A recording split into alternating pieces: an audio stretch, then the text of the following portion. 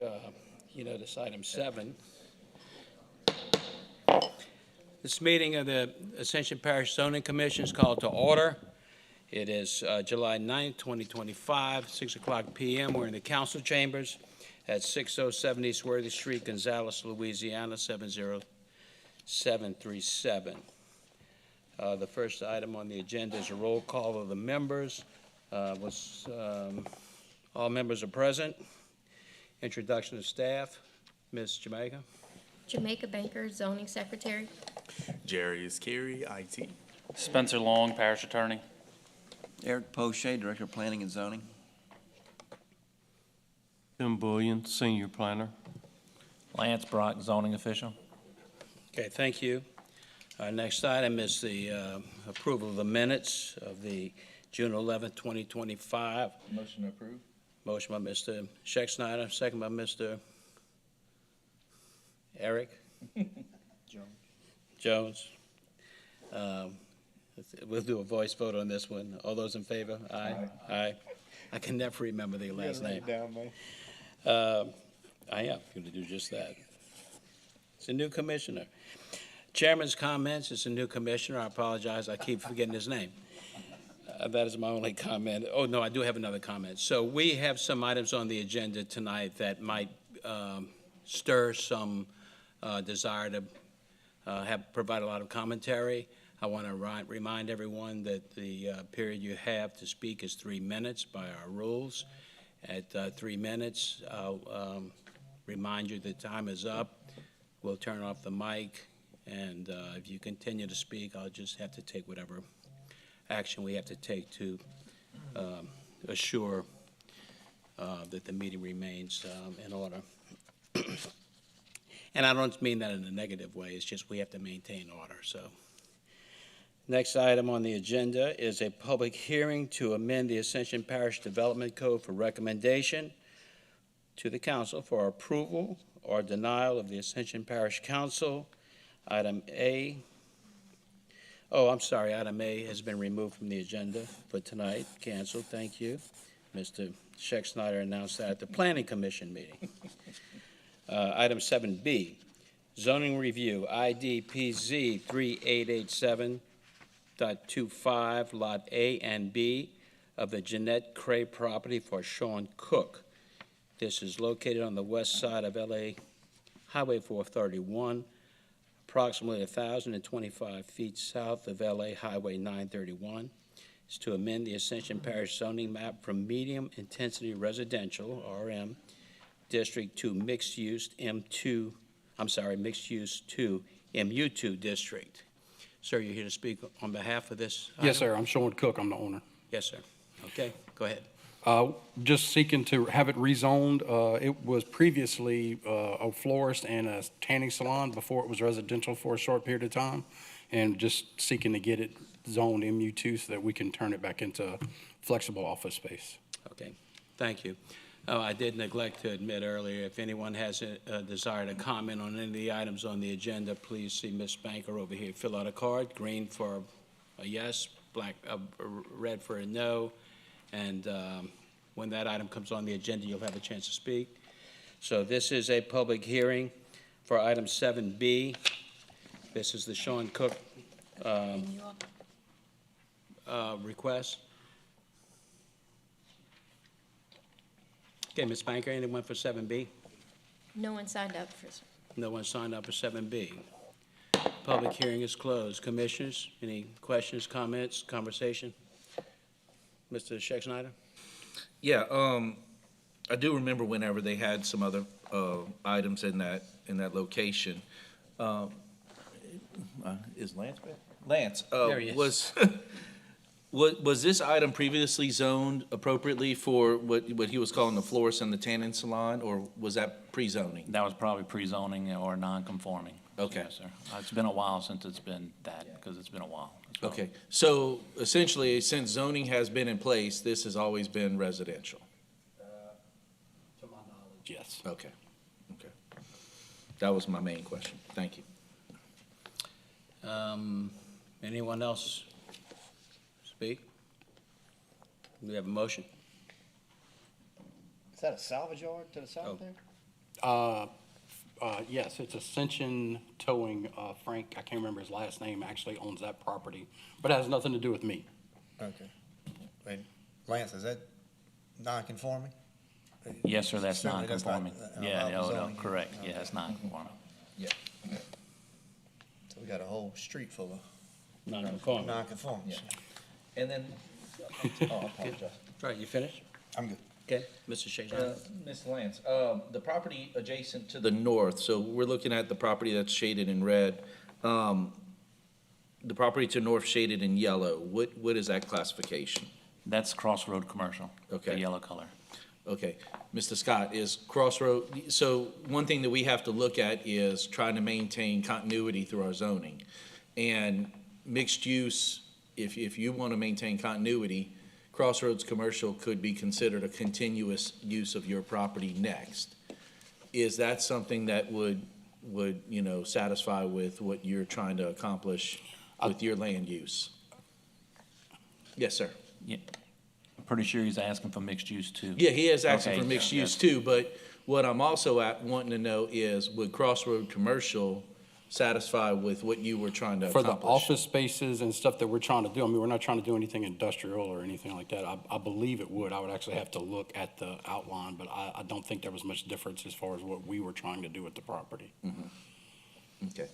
Mr. Lance, so what the applicant is stating is for office use and I think billboard advertising, I think is what I read? Yeah, that's what he stated in his Okay. use table.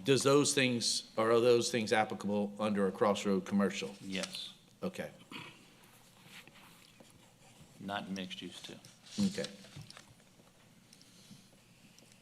Is that all your questions? Yeah, that's all my questions. Okay. Anyone else? Questions? Mr. Villa? Yeah, so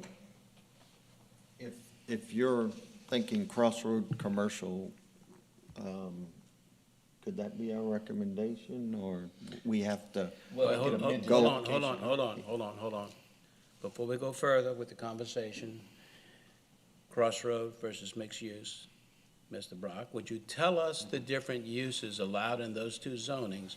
Because despite what this particular individual is asking for, once we zone it, any use in that zoning classification can be done. So what's the difference between the two?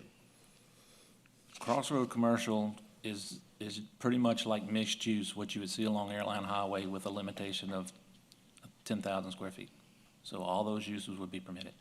Mixed use two is that transition district between residential and commercial that allows offices, restaurants, retail, those type of things with a limitation of 8,500 square feet.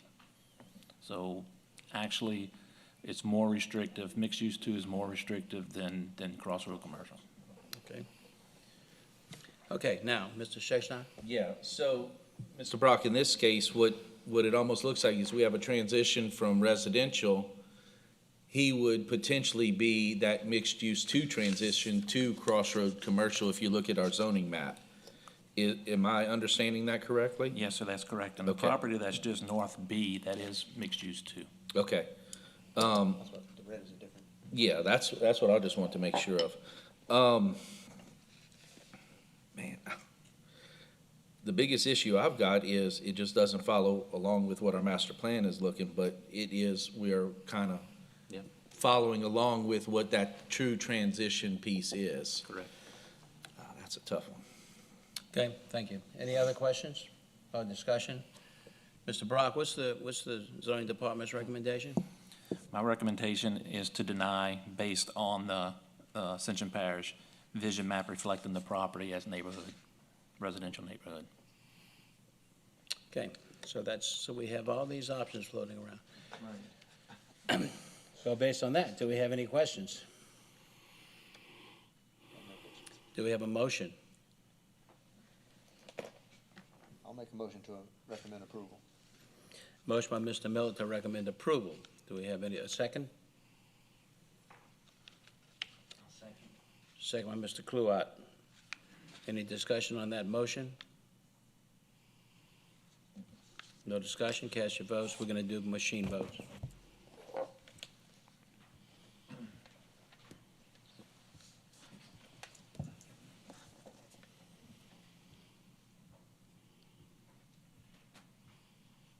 think we're waiting for someone, maybe? Press to continue.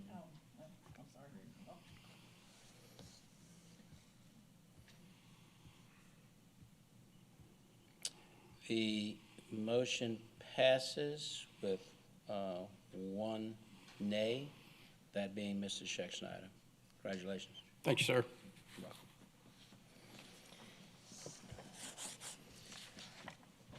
The next item on the agenda is zoning district, is number 7C. Zoning district ID is PZ-3701.25. Lawrence J. Noel, Inc. property. It's a lease plantation to CF Industries Blue LLC. This is located on the south side of LA 405, approximately 430 feet south of Noel Road, to amend the Ascension Parish zoning map from Conservation C District to Medium Industrial District. I'm sorry, to amend the Ascension Parish zoning map from a Conservation District and Medium Industrial District to Heavy Industrial District.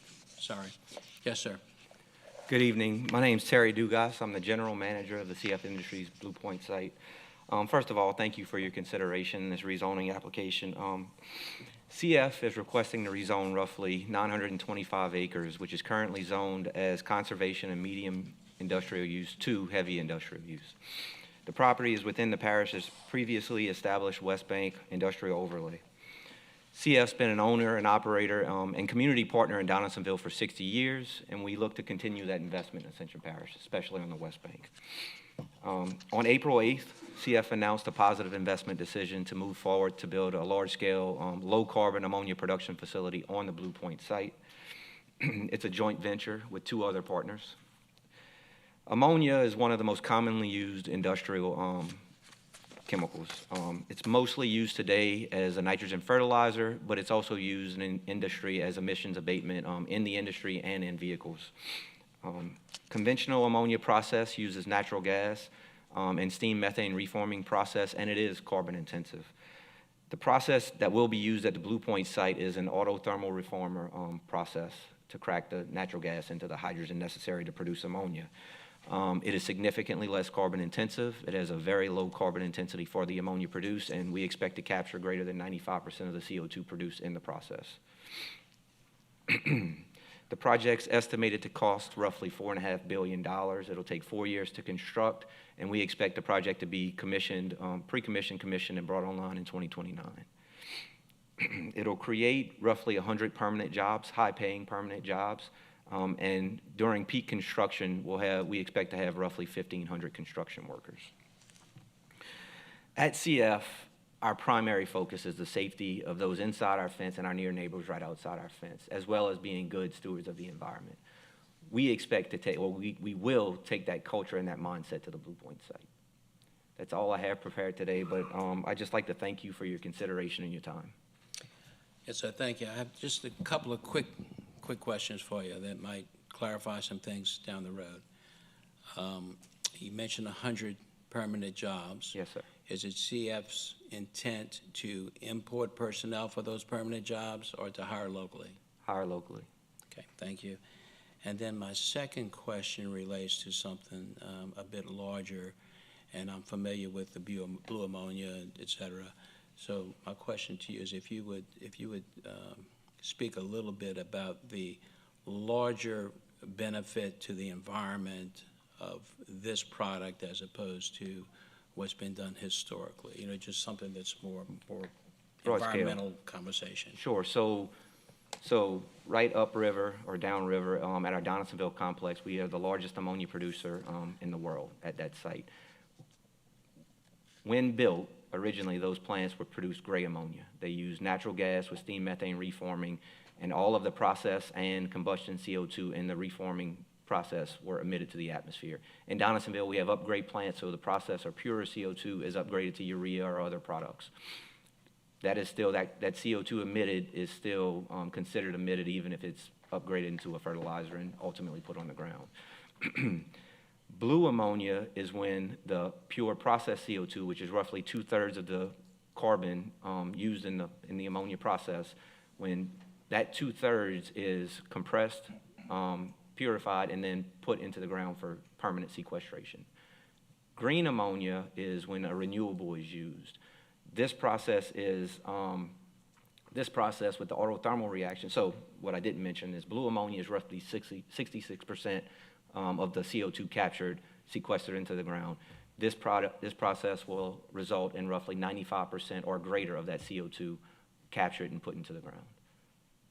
So quite a lower carbon footprint for the ammonia produced. Okay, thank you. Ms. Banker, do we have, I'm sorry, this is a public hearing on item 7C, the zoning review, Lawrence J. Noel Inc. property, lease plantation for CF Industries Blue LLC. Ms. Banker, anyone sign any cause to speak? Yes, I have, how do you say it? Kianka Julian Judson, and she would like to speak, and she's not in support. Okay, Ms. Judson, I want to remind you, you have 3 minutes, and we're happy to hear your comments. My name is Kianka Julia Judson. I'm with Rural Roots, Louisiana, and I'm here to oppose the land zoning being changed from conservation land to industrial land. In Louisiana, land zoned as conservation typically means the land is designed for the protection of natural resources, open space, and environmentally sensitive areas. Zoning for conservation restricts the type of development and activities allowed on the land in order to preserve the natural state. Specifically, what is prohibited and restricted uses on the conservation land is large-scale and construction and infrastructure. By this land being zoned conservation, land the people that have lived in Modesto for many years were not able to build houses on, nor developers bring subdivisions. These properties only be used as passive recreation habitats, wetland preservation, or sharecroppers use the land as architectural purposes only, or forestry. What has changed on this land now for it to be zoned industrial? Nothing at all. Nothing has changed on this land.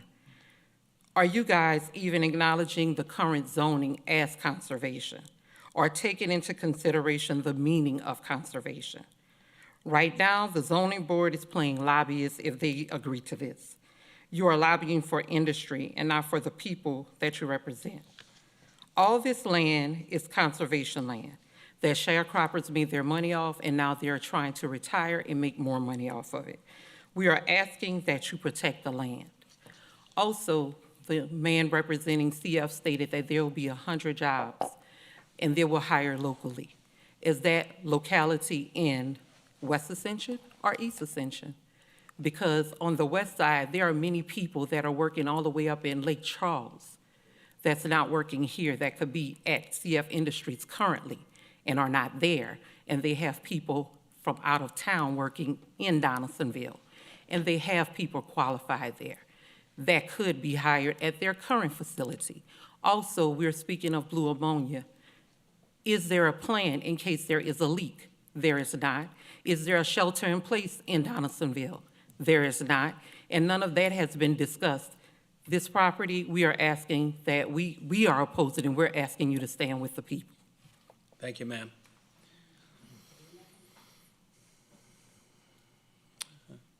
Ms. Banker? All right, I have Clarenza Jackson. She's not in support and wishes not to speak. I have Dolores White. She is not in support and wishes not to speak. And then I have Sherry White, and she's not in support and would like to speak.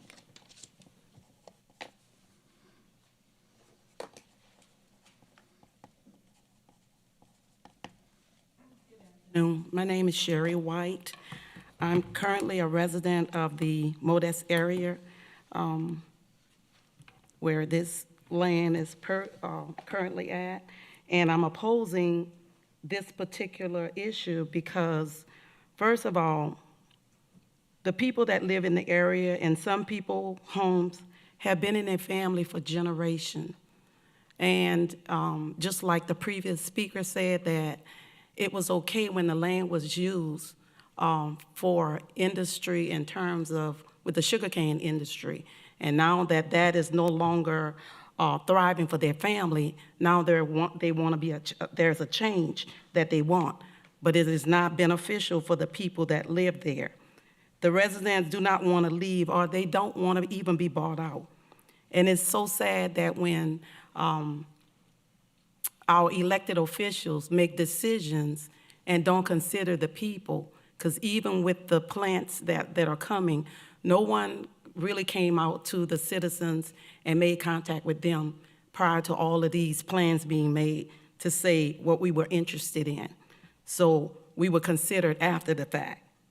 Another thing is ammonia plants are dangerous neighbors, and placing two in the same area, the one and Ascension Clean, will have devastating health impact on the people who live in Modesto. We're already in Cancer Alley. We don't need any more. And if CF was very interested in providing jobs, why aren't those same jobs being offered to the current plant?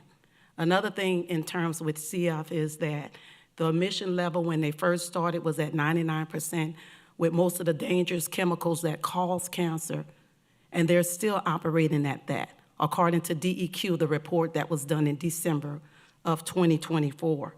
So with that being said, and also they talking about carbon capture, not if there's a leak. When there's a leak, what can be done? Nothing can be done, because first of all, even first responders have to come in with specialized equipment, electrical vehicles. Who in Modesto owns the electrical vehicle now? None of the residents. Plus, shelter in place, yes, you can smell it, but you can't see it. So by the time it does happen, it not only endangers everyone there and has the ability to kill everyone in the community, but it can also reach a 30 miles radius, which means that it also impacts Donaldsonville and possibly another parish, which is Iberville Parish, which could be White Castle. So now you're endangering other peoples within another community. There's no such thing as shelter in place. You can't shelter in place for something like that. So with all of that being said, we're saying that we're definitely not for this. And I want to say that sometimes people say... You can, one more sentence. Go ahead and say it.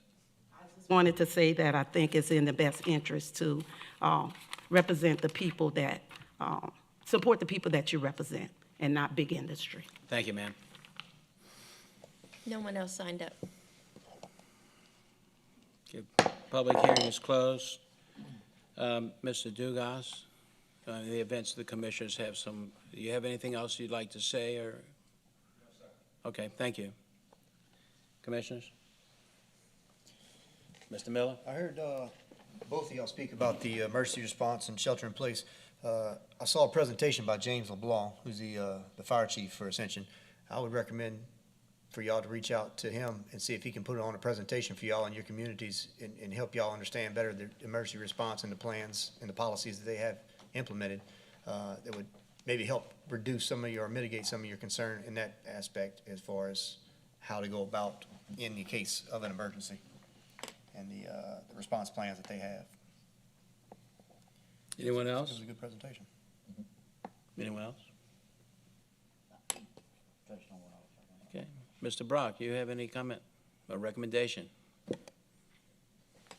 Sir, our recommendation, parish recommendation, our staff, is to accept the rezone to reflect the West Bank industrial overlay and the Ascension Parish master use vision map.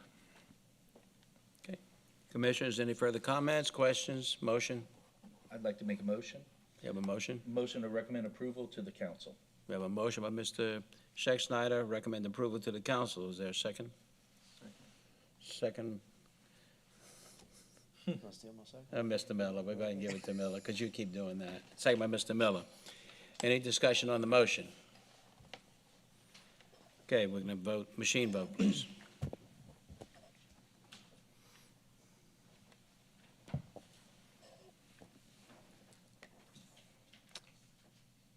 Okay, the motion, we have one abstention, Ms. Unitas, and the motion otherwise passes 6-0. Thank you. Next item on the agenda is item 7D, zoning review. ID PZ 3702.25, Lot C3B for Baker Donaldson on behalf of AT&T. This is located on the south side of LA 42, approximately 2,750 feet east of Worth Evans Road, and it is to request a conditional use to construct a new telecommunications tower. Hi. Evening. Laura Carlisle on behalf of AT&T. I have with me as well, in case there are any questions, Mr. Tracy Andre from AT&T and RF Engineer, and also the property owner, Mr. Coley Scott, and his wife are in the back. This tower, proposed tower, is pretty out Highway 42 towards the east, almost to the Umete River. It is proposed in order to fill a coverage gap in that area, which I know y'all have seen these before, these nice maps. Here's what we've got now. Here's the gap that they are intending to fill. It's pretty, what I'd like to say, I kind of like this site. It's way back, way deep in the property. It doesn't need any type of setback variances. It meets all your setback requirements to property lines, residences, commercial structures. There are no towers within 750 feet. There are some towers within the 2-mile radius. 4 of those AT&T is already on. This one is being proposed to fill the gap in that coverage. There are 3 additional towers, 2 of which are outside the workable area, and 1 of which isn't tall enough. So I'm happy to answer any questions. I know this is not y'all's first rodeo on one of these, but No, we it's are not. asking for your I support. recognize you, by the way. Oh, thank you. Okay, well, we're going to go ahead and go into the public hearing, and then we may have some questions for you. All right. Ms. Banker? No one signed up. Okay, public hearing is open, public hearing is closed. Does anyone have any questions? Mr. Scheck-Snyder? A few questions I had. I was looking through the paperwork, and it's a tremendous amount. Number one, I noticed the setback on everything. Y'all are planning on putting your equipment approximately, what, 15 feet off the ground? Because that area did flood in 2016, so there is quite a bit of water that will come through there eventually. Is it, what is it, based on y'all calculations? That's a good question. Yes, it is off the ground, but also there are wetlands on this property, so we did go through the wetland mitigation process. Okay. And that's being done separately outside of the conditional use. Okay, so the transformer, the power generation, the generator, and then the network equipment, what is about the height that y'all are gonna put all that at? Does it roughly end up being base flood plus 2, or? It should be, it would be in the drawings, but yes. Right, so your grade, then you've got your base flood elevation, and then they've got the top of the platform, but they don't have the height in here, but yes, that's on C2 of the drawings. It Okay. shows the diagram of where it's off the ground. Mr. Brock? Yes, sir. At the time of permitting, they would be required to be BFE plus 2. Okay, that's what I figured. Yes, sir. The other question I had is, obviously y'all have network equipment in there. Do y'all have network space for colos? Yes. In that? 2 additional ones. 2 additional ones, okay. This one can, those are in the drawings as well. This one can accommodate up to 2 additional carriers. Okay, and so those carriers could be something, and I don't know all the things, but they could be Verizon, T-Mobile.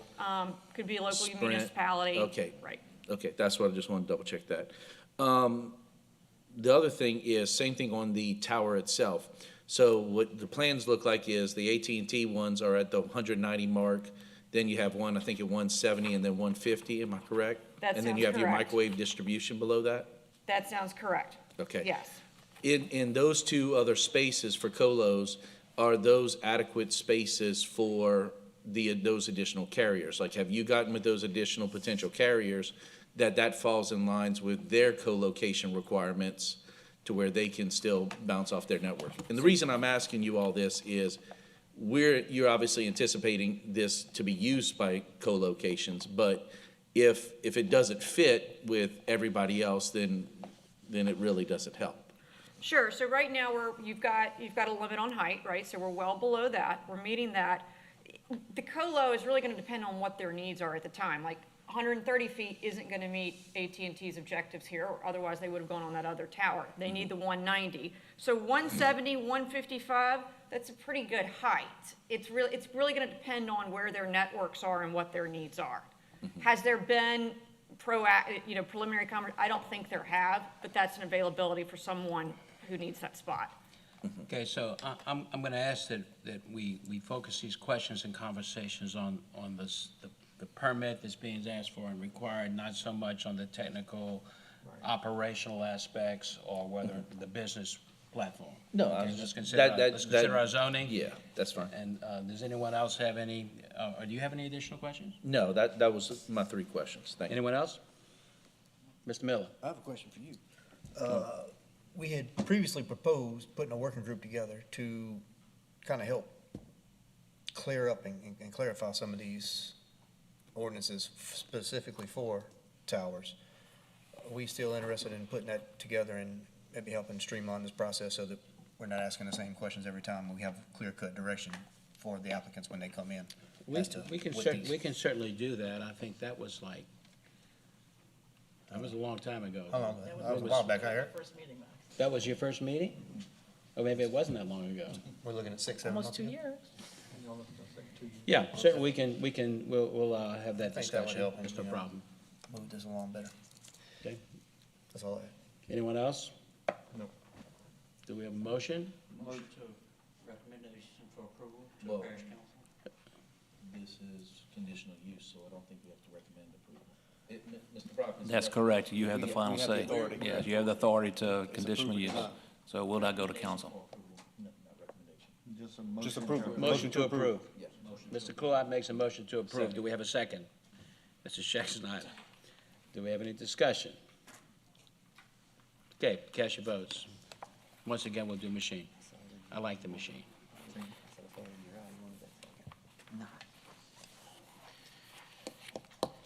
Thank Okay, you. motion is unanimous. Thank you. Appreciate it, thank you. She had a much better time this time.